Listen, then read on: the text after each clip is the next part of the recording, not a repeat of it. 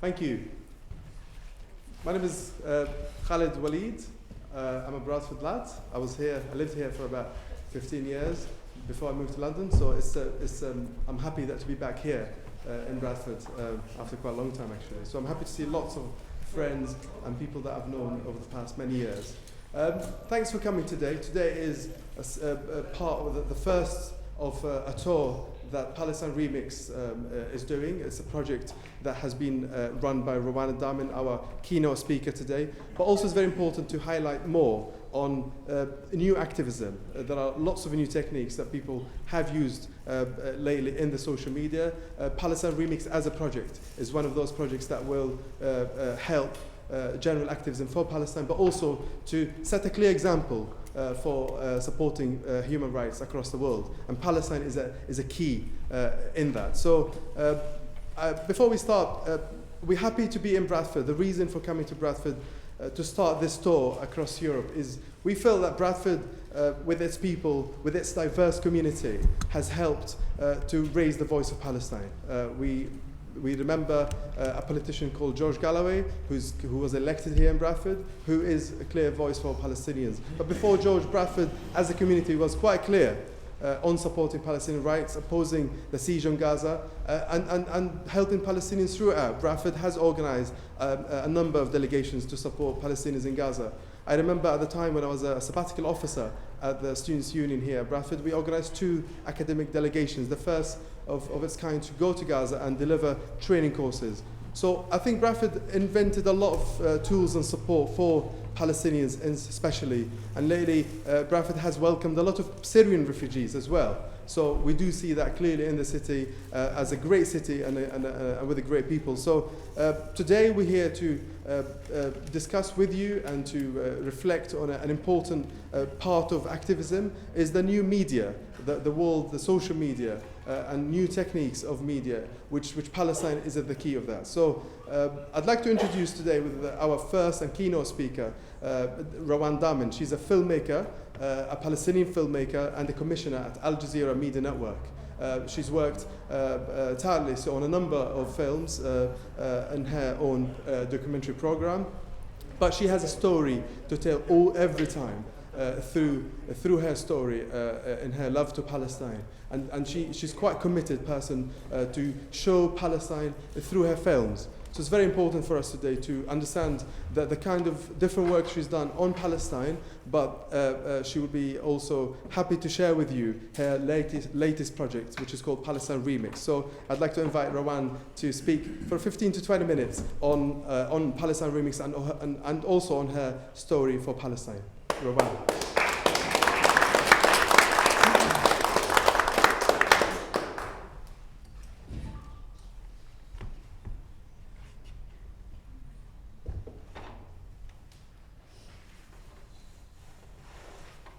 Assalamu alaikum. Hello, I am very grateful, thankful for all the organizers who helped to organize this. And I'm also thankful for you all for being here.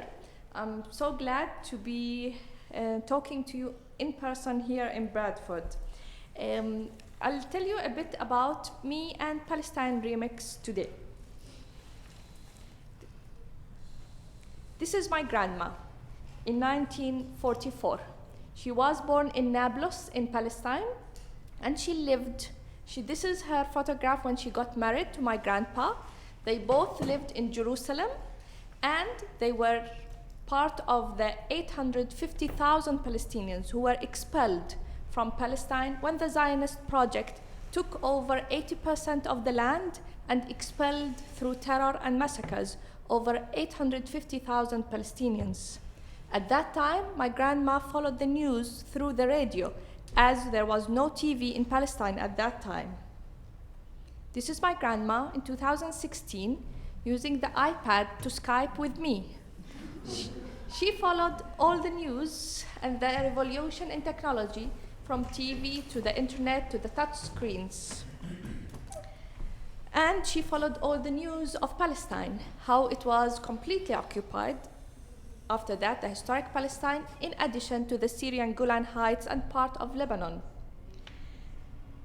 My grandma is 90 years old now, God bless her.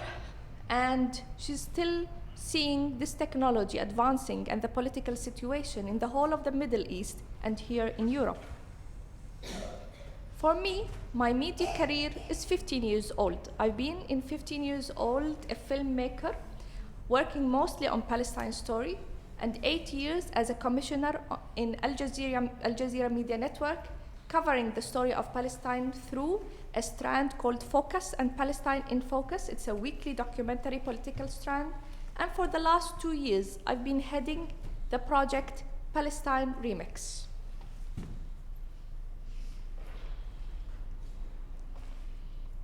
My first documentary, called Waiting for Light, was done when I was in Ramallah, Palestine. It's a 10 minutes documentary available on the YouTube, and I followed in that. It was a one-woman show where I filmed, edited, and followed the story of a Palestinian family that during Easter time, the same time here nowadays, Easter.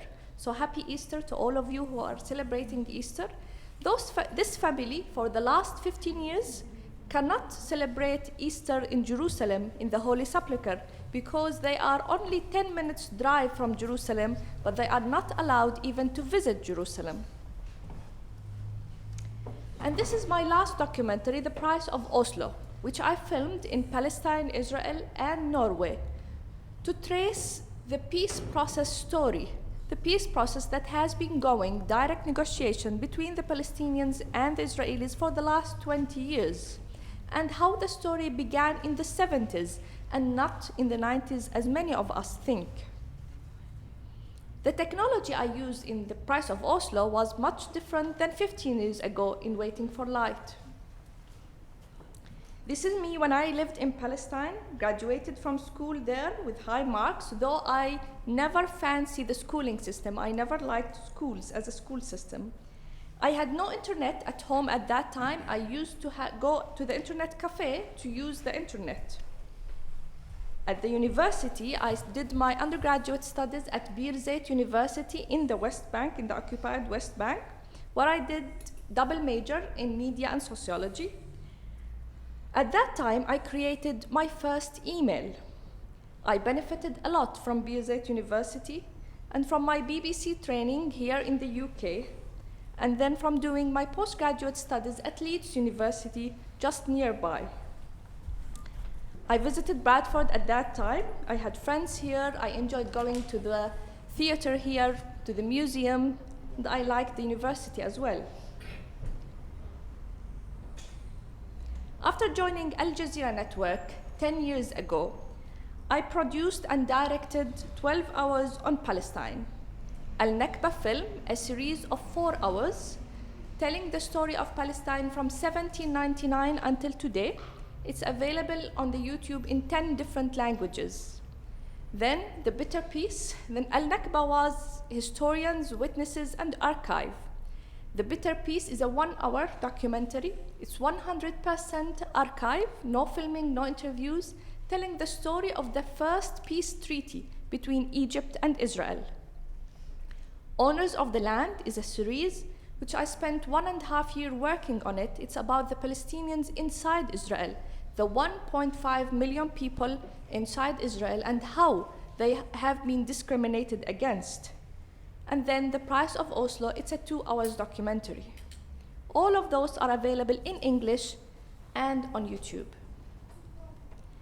And then in the same period parallel, I commissioned with a small professional team over 60 documentaries on Palestine. I'll just tell you a glimpse of 4 of them. Gaza We Are Coming, with a Greek director who documented the story of the first 2 ships that broke the siege on Gaza and how this story happened. Beyond the Walls is a documentary by a Palestinian director, a son of a refugee, on the Palestinian and Lebanese prisoners who were in jail in the Israeli prison for over 15 to 20 years. This documentary is a cartoon and documentary film, very nice one, talking about the meaning of freedom. The Pain Inside is with a filmmaker from Luxembourg. She followed the 3rd generation of Israeli soldiers who, after the mandatory service in the army, go to Germany or to India to relax and have some break. Some of them decide to stay in Germany and India and never return to Israel. They call the country they lived in, they were born in, everything, a terror state. Hunger Strike is by a Palestinian filmmaker who lives in Gaza besieged area. He cannot come and visit you here in Bradford. He did this fantastic docudrama about Palestinian prisoners who decide to go on hunger strike. Those films were part of the project Palestine Remix that Al Jazeera Network launched in November 2014. Last year, it was featured in the EDFA in Amsterdam. And this is the team that worked on Palestine Remix, a team that dedicated 4 months of day and night to make the website happen. Here, from the extreme left, you have Mark, who's British. He's a developer. He's holding a laptop inside a pizza box because he lives in Italy. Then you have Lorian, a Romanian developer, who's holding the cup of coffee. Every time you ask Lorian to develop something, he said, we can do it, but with a lot of coffee. Then you have Nada, Lebanese French. She worked on the content of the website. Piotr, who's holding the mobile, is our mobile designer, me. And then Ali, who's Palestinian American and worked on the content. He's an assistant producer in Al Jazeera English online department. Also, Muhammad behind him is also in the online department. He's a developer and he's the head of the technical team. And then Costa, with the Greek clothes, he's Greek and he's our designer. This is how Palestine Remix looks. And gladly we have the internet here, so I'll show you after a little the real thing about Palestine Remix. In here, you have the search box, which is everywhere on the internet now. We just search on things. But here, we don't search. The search is very different. I just wrote in the morning the word new in this green box search. And you have the results of where this word have been mentioned in every single documentary in the website. So basically where this word is mentioned in all the videos there.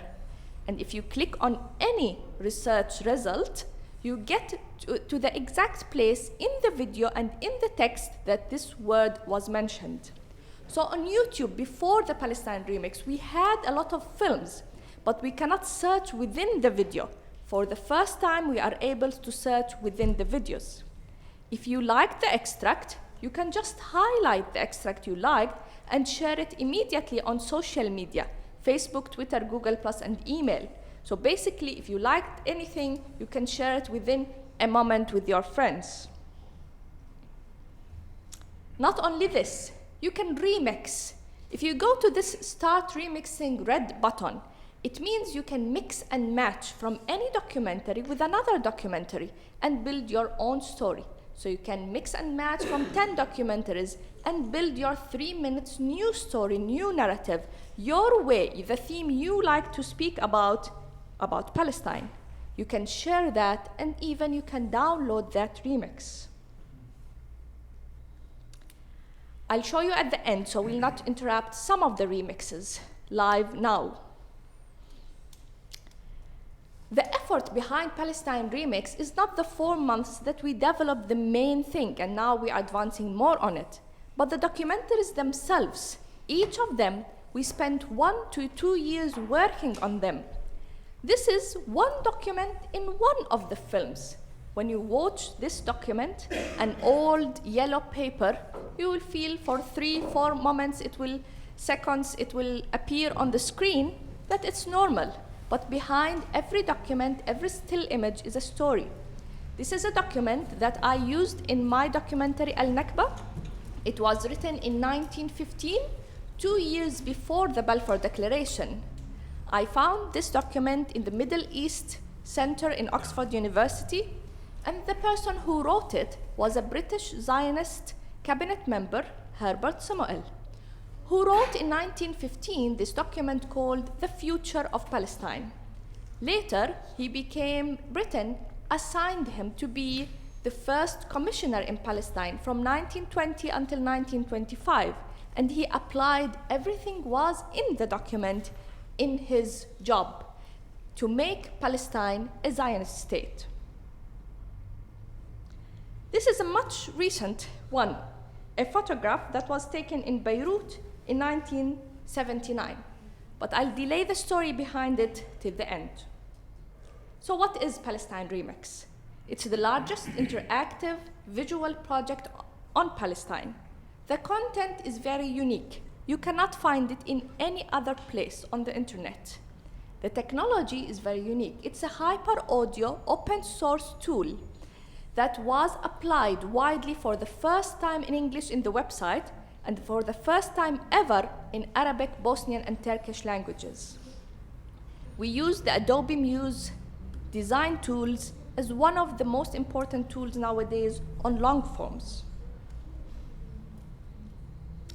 We have the films, the documentaries, 120 hours on Palestine in the 4 languages.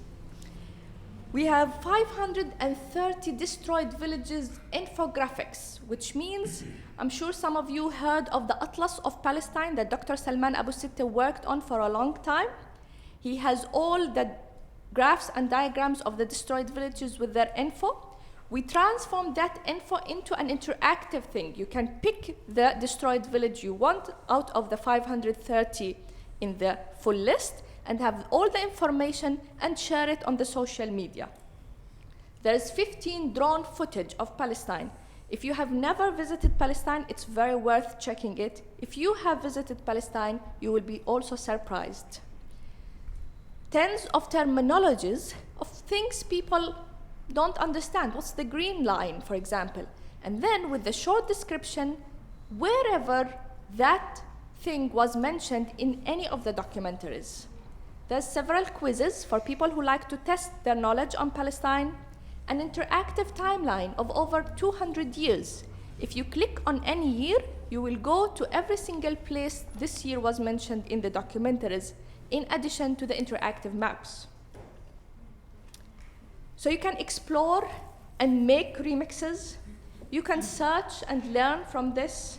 You can watch the documentary and at the same time while watching, reading the full transcript. If you want really to research and go deep and thorough, you have the full video and the transcript.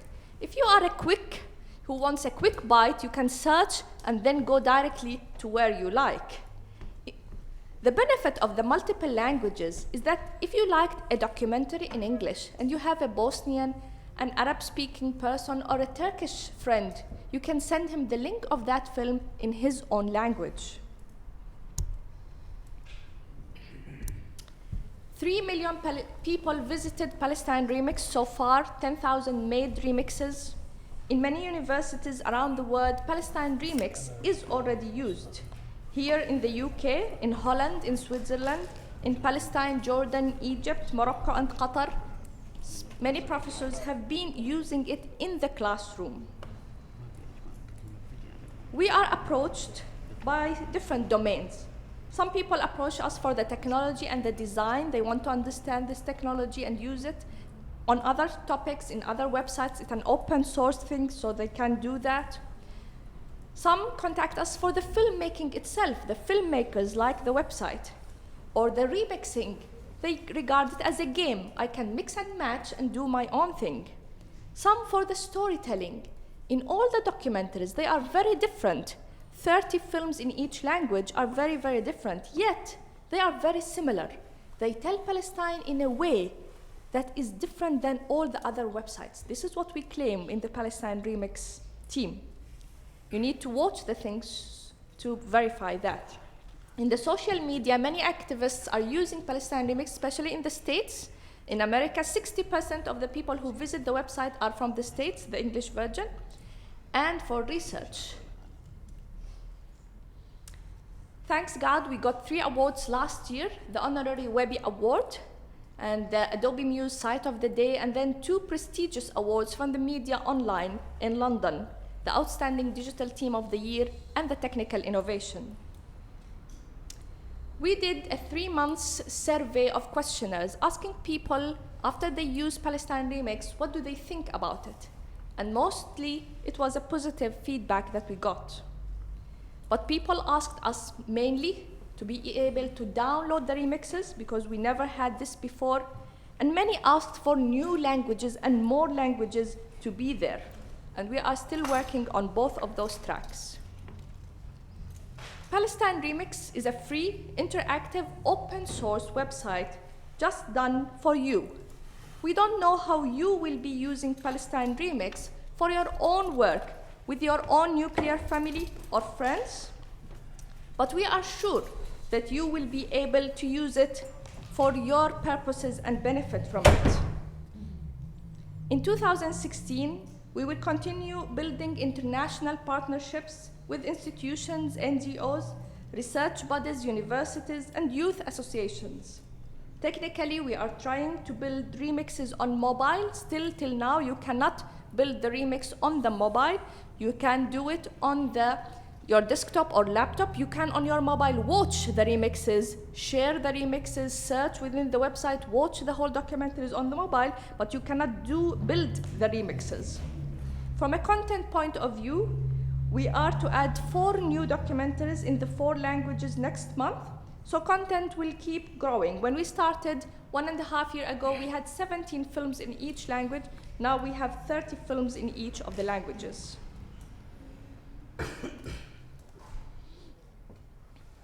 I'll come back to this picture. It's used in my documentary, The Price of Oslo. There's Yasser Arafat, who was the head of the Palestinian Liberation Organization in Beirut. On his right, there is the Norwegian diplomat Hans Longve, who gave me this photograph from his personal collection. He was a diplomat in Lebanon at that time, and after that meeting, Arafat asked him in 1979 if Norway can play the backyard of the secret negotiations, direct one, between the Palestinians and the Israeli Labour Party. Hans Longve, I met him in Oslo in Norway in January 2013 on his 70th birthday.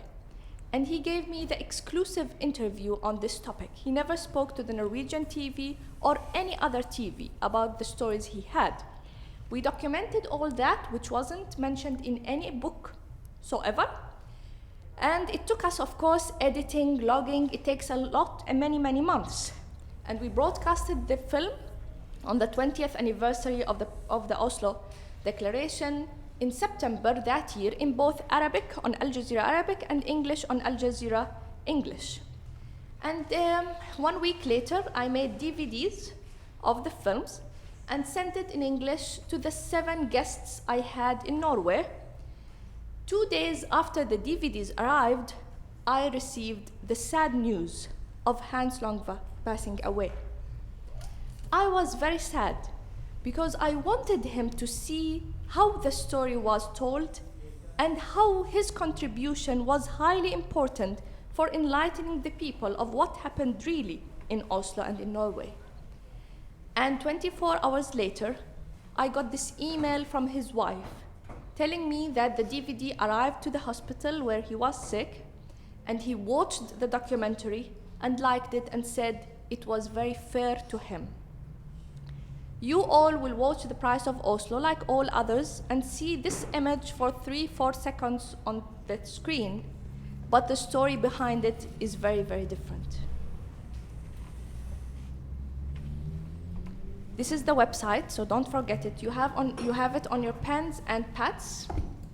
We are on social media, on both Twitter and Facebook. Recently, we launched our YouTube channel, which has hundreds of extracts of videos from the documentaries, and the full documentaries as well in both languages, Arabic and English. If you have any questions after the session, I'm available, and thank you very much.